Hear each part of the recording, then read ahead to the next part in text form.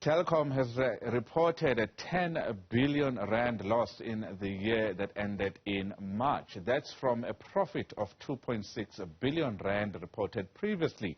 Hefty impairments, restructuring costs and load shedding hit the company severely in the period under review. South Africa's third biggest mobile operator also warned it wouldn't pay dividends for a fourth year until further notice. The group's revenue grew to about 43 billion rand, driven by almost 14% growth in its IT business. But its wholesale infrastructure business, OpenServe, reported a 26% fall in fixed line revenue and a more than 30% fall in legacy data revenue. The bid was the news yesterday, and we did see a jump in the share price. However, on the back of these numbers released this morning, we have seen the share price pull back once again. A big miss on the, well, not a profit, but a loss line. Compared to what consensus was looking for. We were guided that there was going to be a significant impairment, and that has come through at about 13 billion, focused on OpenServe and the customer business. However, despite that, I think the big concern here is related to the deterioration in the free cash flow levels.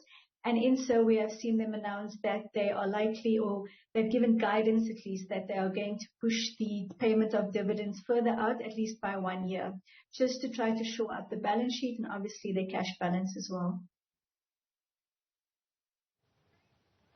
We are now joined by the Group CEO at Telkom, Mr. Serame Taukobong. Mr. Taukobong, thank you very much for your time this evening.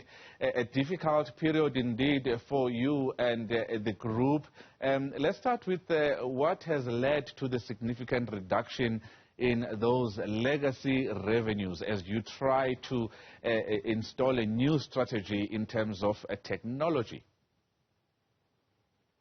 Thank you, Kadi. Thank you for having us on the call. I think what's important for us to understand is what has been the Telkom investment in the past. Telkom has been spending in infrastructure, particularly fiber infrastructure, since 1981. So this has been a continuous investment, what we call now the POTN network, which was us evolving from our old fixed line copper infrastructure into this new business. Now, obviously, as your accounting terms come through, that then strives to drive the new impairment. But we don't feel that this is then the end of Telkom as such. We have then invested in future business growth, and I think the numbers we showed in that our next generation network, both in fiber and in BCX and in consumer, is driving the results that we need. So this investment has been a long-term investment in driving future growth. Let's talk about that future growth. You said that the company must act with urgency to make sure that it turns this around. It seems that is not far off. How do you see the rest of 2023 in terms of this particular new financial year panning out, with the consumers continuing to be under immense financial pressure? I think we've positive outlook on that. So if you look at our mobile base, for example, a significant portion of our subscribers sit on a high data proposition. So we do have intrinsically a high data consumer profile. We also use the lead indicator of, for instance, where we're seeing higher LTE volume, it then means that that's a growth areas for fiber. So I think the impact of COVID actually has showed that the biggest consumption of fiber and the biggest consumption of data is going to be in the home or in the premises. And we feel as Telkom, we are best priced to deliver this. Mr. Taukobong, let's talk about something that is quite exciting. Your predecessor, the former CEO, Mr. Sipho Masego, his entity, AfriFund, and another Asian telecom, and the Public Investment Corporation through the Government Employee Pension Fund have already expressed interest in buying a controlling stake in Telkom.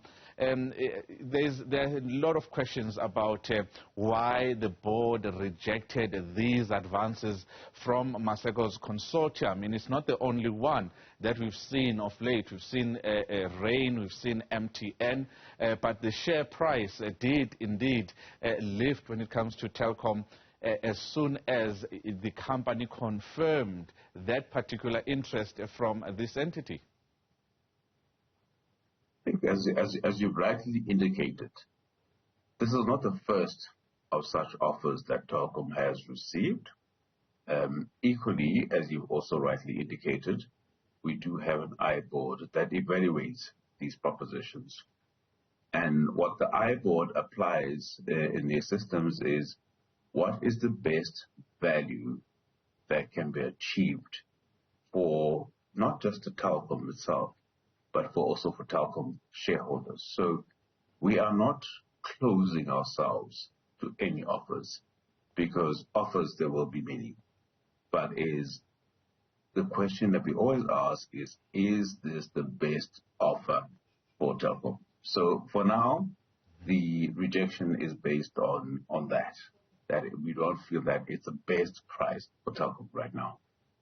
And of course, a bidding war would do shareholders and investors quite well, as it seems that MTN is also still interested in a stake as well after they pulled out a couple of months ago.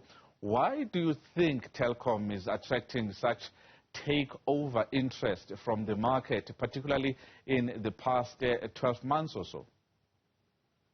I think if you look at what's in the core of Telkom, the fact that what sits in the core of Telkom is a strong infrastructure business.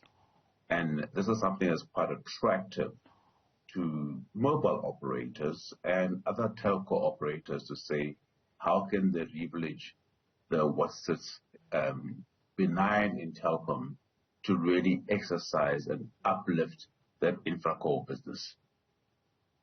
Serame Taukobong is the Group CEO at Telkom. So thank you very much for your time.